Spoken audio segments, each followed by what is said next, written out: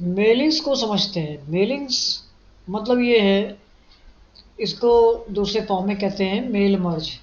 जैसा कि यहाँ लिखा है स्टार्ट मेल मर्ज। तो मेल मर्ज का क्या मेन मतलब है कि इंटरनेट वाली सारी चीज़ों को हम मर्ज करेंगे। तो यहाँ ऐसा ऐसा भी है कि मेल से रिलेटेड आप चीज़ों को मर्ज करेंगे, और उसके अलावा हम अपने कोई ऐसी लेटर लिख रहे हैं, कोई ऐसा लेटर लिख रहे हैं जिसको हमें बहुत लोगों के नाम से बनाना है, सेम लेटर। बहुत लोगों के नाम से सेम लेटर बनाना है। जैसे मान लीजिए मैंने लिखा हेलो हाउ आर यू, और हम ये चाहते हैं कि ये जो वर्ड है, यानी ये जो सेंटेंस है, इसको बहुत सारे लोगों को के पास पहुंचाया जाए। तो उन सारे लोगों को पहुंचाने के लिए, इसके लिए हमें वर्ड में ये स्पेशल फैसिलिटी मिली है जिसको हम कहते हैं मेलिंग्स। इसको प्रैक्टिकली समझते हैं कैसे करना है। जैसे मान लेते हैं यहाँ हमने एक सिंपल सा सेंटेंस लिखा, और हम एक कॉलेज के लेवल की बात कर रहे हैं, जिसमें हमने लिखा common sentence, you are requested to attend the meeting at seminar hall sharp 4 PM today. ये हमने एक मैसेज लिखा, और ये मेरा कहना था कि ये इन्फॉर्मेशन सबके पास पहुंचा दी जाए। मान लेते हैं आप कॉलेज लेवल की बात कर रहे हैं या स्कूल लेवल की बात कर रहे हैं, या आप किसी कंपनी के पर्सन हैं और आपको ये इन्फॉर्मेशन सबके पास एज ए रिटन फॉर्म में भेजनी है। तो और ये किसने लिखा, मान लेते हैं मैनेजर की तरफ से ये मैसेज था जो सबको प्रोवाइड करना था। अब हमें यहाँ पर उन लोगों के नाम चाहिए, उन लोगों के हर एक के नाम के साथ ये सेम लेटर पहुंच जाए। अगर इस काम को हम डायरेक्ट करेंगे तो उसके लिए हमको कॉपी पेस्ट बहुत कई बार यूज़ करना पड़ेगा, हर पेज पे जाके सेट करना पड़ेगा, टाइम बहुत लग जाएगा। तो आइए समझते हैं इसको। सबसे पहले हम लोग क्या करेंगे, स्टार्ट मेल पर जाएंगे और लेटर्स पर क्लिक कर लेंगे हम लोग। लेटर्स पर क्लिक करने के बाद यहाँ पर हमारे साइड में एक बॉक्स आएगा। अगेन हम जाते हैं स्टार्ट मेल मर्ज पर। ठीक है, लेटर्स पर अभी हम नहीं देखेंगे, अभी हम पहले step by step mail merge समझ लेते हैं। तो step by step mail merge में आ जाते हैं, और यहाँ पर पहला पॉइंट आ रहा है, देखिए टोटल है 6 पॉइंट। हमको 6 पॉइंट में इस मेल मर्ज को समझना होगा। और अभी हम एक बात और भी देख रहे हैं कि हमारे सामने जितने भी मीनू हैं इधर वाले, ये सारे ऑफ हैं। जैसे जैसे हम लोग स्टेप्स आगे बढ़ेंगे ये सारे मीनू ऑन होते जाएंगे। तो लेटर्स की बात हो रही है कि आपको क्या लेटर्स के लिए ये मेल मर्ज कंप्लीट करना है, बिल्कुल। तो हम इसको नेक्स्ट कर देंगे। नेक्स्ट करने के बाद ये कहा जा रहा है यूज़ द करेंट डॉक्यूमेंट, कि आप इसी डॉक्यूमेंट की बात कर रहे हैं, तो ये भी सही है, तो हम इसको भी नेक्स्ट कर लेंगे। अब आती है बात कि वो लोगों की लिस्ट कहाँ है, यूज़ एन एग्जिस्टिंग लिस्ट, या क्या वो लिस्ट पहले से मौजूद है। अब ये लिस्ट कैसी है, इसको कहते हैं डेटाबेस। तो क्या हमारे पास वो डेटाबेस कहीं बना हुआ है, अगर बना हुआ है तो ठीक है, अदरवाइज हम यहाँ पर क्रिएट करेंगे। क्रिएट करते हैं तो एक यहाँ पर डायलॉग बॉक्स आ जाएगा। इस डायलॉग बॉक्स यानी इनपुट डायलॉग बॉक्स है, इसमें हम अपनी इंफॉर्मेशन दे सकते हैं। टाइटल मीन्स मिस्टर, अब हमने यहाँ पे कुछ डेटा बना लिया, राकेश बनवाल, ये इनकी कंपनी, जो भी कंपनी है, जिस भी कॉलेज में है आप, स्कूल कॉलेज, वो सारा यहाँ डिटेल लिख सकते हैं। मान लीजिए हम BPL कंपनी की बात कर रहे हैं, या लॉयड की बात कर रहे हैं। एड्रेस भी है, सिटी भी है, ये सारी इन्फॉर्मेशन हम लोग यहाँ पर दे सकते हैं। तो जैसे मान लेते हैं सिटी हमने लिख दिया LKU, स्टेट यूपी, इतनी इन्फॉर्मेशन हमने हर किसी के लिए लिया। अब हम यहाँ पर आगे कैसे जा रहे हैं, इसके लिए मैं यहाँ पर ऑन स्क्रीन कीबोर्ड ऑन कर ले रहा हूँ, जिससे आपको पता चले कि हम यहाँ पर आगे कैसे जा रहे हैं। आगे जाने के लिए क्या करना है, आपको एंटर की यूज़ नहीं करना है यहाँ पर। तो हम आगे जाने के लिए क्या करें, सिंपली टैब बटन यूज़ कर रहे हैं, और अब नीचे आ जाएंगे, और यहाँ पर अगेन मैंने टाइप किया मिस्टर मुकेश कुमार, ये भी लॉयड कंपनी के हैं, और LKO, सबका इंफॉर्मेशन यहाँ दे सकते हैं आप। जितनी ज़्यादा इंफॉर्मेशन रहेगा उतना देखने में अच्छा लगेगा। फिर आपने डाल दिया मिस रेणु वाजपेयी। ये सब लोग लॉयड कंपनी की तरफ से हैं और सारी इंफॉर्मेशन हम ये बना लेंगे ऐसे। हम टैब बटन का यूज़ कर रहे हैं, इसको अभी हम ऑफ कर दे रहे हैं। एक और डेटा ले लेते हैं miss Poonam Khatri, Lloyd company से, और ये हैं मान लेते हैं कानपुर से, यूपी के। अब मेरे पास ये 4 डेटा आ गया। आपको यहाँ पर क्या करना है, ओके करना है।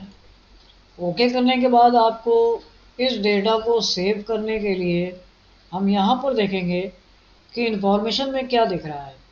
जनरली हम लोग वर्ड में कोई भी डॉक्यूमेंट कुछ भी तरह का सेविंग करते हैं तो आपको पता है डॉक्यूमेंट्स में जाता है, लेकिन क्या ये अभी डॉक्यूमेंट्स में जा रहा है?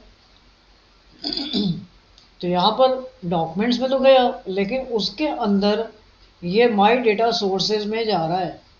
माई डेटा सोर्सेज का यूज़ आप स्पेशली इस तरह का डेटाबेस बनाने के काम में करते हैं। तो जब भी हम डेटाबेस का काम करेंगे तो ये माई डेटा सोर्सेज में आपका जो भी फाइल है वो जाके सेव हो जाएगी। इसका हमने एक नाम डाल दिया, हमने डाल दिया एम्प्लॉय। एम्प्लॉय के नाम से ये फाइल सेव कर लेते हैं। सैंपल आ रहा है कि आपने 4 एम्प्लॉय के बारे में डेटा दिया हुआ है और अभी हम देख रहे हैं सारे कमांड बंद हैं। आप जैसे इसको ओके करते हैं यहाँ पर आपके पास कुछ कमांड ऑन हो जाते हैं। और अगले स्टेप की बात करते हैं तो अगले स्टेप में जाएंगे हम। एड्रेस ब्लॉक यानी उस व्यक्ति उस पर्सन का नाम कहाँ आएगा, तो कर्सर हमको सेट कर लेना है पहले से और एड्रेस ब्लॉक पर क्लिक कर देंगे। ये आ रही है उसकी स्टाइल कि मिस्टर राकेश बनवाल देखना है, ऐसा स्टाइल होगी, या इस तरह से राकेश बनवाल। तो ये बहुत सारे सैंपल्स आ रहे हैं, तो जो भी सैंपल ठीक लग रहा है वो ले सकते हैं। दीप बनवाल फैमिली ऐसा लिखना चाहते हैं तो ये आपके सबके साथ ऐसा इंफॉर्मेशन बदल जाएगी। यहाँ पर हम करके देख भी सकते हैं चारों लोग के नाम से डेटा कैसा दिखेगा ये। ठीक है, फिलहाल इसको हमने नॉर्मल कर लिया मिस्टर के साथ। ओके, अभी यहाँ पर तैयारी कर रहा है यानी हमें डेटा दिख नहीं रहा। फिर हमने ऑन किया, जैसे एड्रेस ब्लॉक लिया तो यहाँ पर 2-3 फंक्शन और ऑन हो गए। ग्रीटिंग लाइन यानी डियर मिस्टर कुमार, इसमें भी सैंपल हैं, हम सैंपल ले सकते हैं। कुछ ऐसा लेना चाहते हैं, डियर मुकेश कुमार ऐसा लिख के आएगा। ओके कर लेते हैं, मान लेते हैं ये डिज़ाइन सही है। अब हमारे पास आ गया कि ठीक है ये लेटर यहाँ पर इन लोगों के नाम होंगे और डियर मिस्टर के साथ से सबके नाम से बनने जा रहा है। क्या करना होगा, अगला स्टेप एक और बढ़ना है आगे हमको। यहाँ पर पहले व्यक्ति का सैंपल आ गया। अगर हम इसको स्क्रॉल करेंगे तो सिर्फ एक ही व्यक्ति का सैंपल यहाँ दिखेगा। और इसी समय अगर हम यहाँ पर देखना चाहते हैं कि सबके नाम से ये लेटर कैसा दिख रहा है तो हम यहाँ से भी देख सकते हैं। सेकंड थर्ड व्यक्ति के नाम से, फोर्थ व्यक्ति के नाम से, फर्स्ट व्यक्ति के नाम से कैसा दिख रहा है, स्टार्टिंग से हम सबको देख सकते हैं। सबके नाम से ये लेटर बन के आ गया। अब चूंकि हमारे पास तो डेटाबेस 4 ही था तो 4 के नाम से 4 पेज में आएगा। अगर ये 40 डेटाबेस होता तो 40 पेज में ये बन के आ जाता। अगर आपके पास ये 400 है तो 400 लोगों के नाम से ये लेटर बन के तैयार हो जाता। 4000 है या 40,000 है तो सबके नाम से इसको बनने में मुश्किल से 1 से 2 सेकंड लगते। अब आती है बात कि वो सारे ही लोगों के नाम से लेटर दिख कहाँ रहा। मान लेते हैं इसका हमें प्रिंट आउट लेना है या इंडिविजुअली सबको सेंड करना है। फिर नेक्स्ट करेंगे आप। नेक्स्ट करने के बाद यहाँ पे आ रहा है कि डायरेक्ट प्रिंटर से प्रिंट आउट लेना चाहते हैं तो हम डायरेक्ट प्रिंट आउट भी ले सकते थे, और या एडिट इंडिविजुअल लेटर्स पर क्लिक करेंगे तो हम एडिट इंडिविजुअल लेटर्स पर क्लिक कर देंगे। यहाँ पर हमें सभी रिकॉर्ड देखने हैं तो ऑल पर हम ओके कर लेंगे। ऐसा करने से क्या हुआ, ये एक और MS वर्ड की फाइल ओपन होके आ गई। यहाँ पर अगर हम देखें, स्क्रॉल करें माउस से नीचे, तो ये हो गया पहले व्यक्ति के नाम से लेटर, ये आ गया दूसरे व्यक्ति के नाम का लेटर, ये आ गया तीसरे व्यक्ति के नाम का लेटर, और ये आ गया चौथे व्यक्ति के नाम से लेटर। मतलब आपने सबके नाम का लेटर तैयार कर लिया। और ये हमको फैसिलिटी मिली कहाँ से, मेलिंग्स से। ये वाली जो फाइल है, अगर हम इसको यहाँ से ड्रैग करें तो ये आपकी थर्ड फाइल है, यानी सेकंड फाइल है जिसको अभी हमने सेव किया। फर्स्ट फाइल वो थी जिसमें डेटा था, दूसरी फाइल ये जिसमें सबका रिकॉर्ड देख रहे हैं, और तीसरी फाइल वो, या आप इसको जो भी फाइल मान लें, जिसमें हमने इसकी स्टार्टिंग की थी, यानी ये मेन फाइल हमारी है। ये मेन फाइल हो गई, और ये वाली फाइल आपकी हो गई वो वाली फाइल जिसमें सबके नाम से डेटा बन के आया। जो मेन फाइल होती है उसी में ये कमांड ऑन होंगे। अगर हम इसके मेलिंग्स पर जाएंगे तो ये यहाँ पर भी ऑफ पड़े होंगे, क्योंकि ये हमने यहाँ पर मेलिंग्स का कमांड यूज़ नहीं किया है।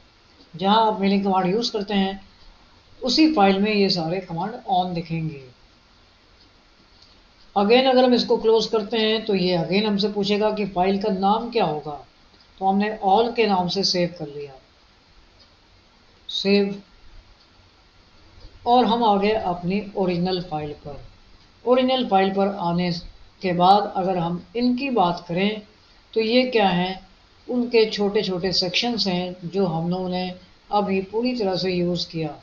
तो हम इनको भी अलग से छोटे से एक डॉक्यूमेंट, एक फाइल या एप्लीकेशन बना के इंडिविजुअली इनको यूज़ कर सकते हैं इनडायरेक्टली यहाँ से।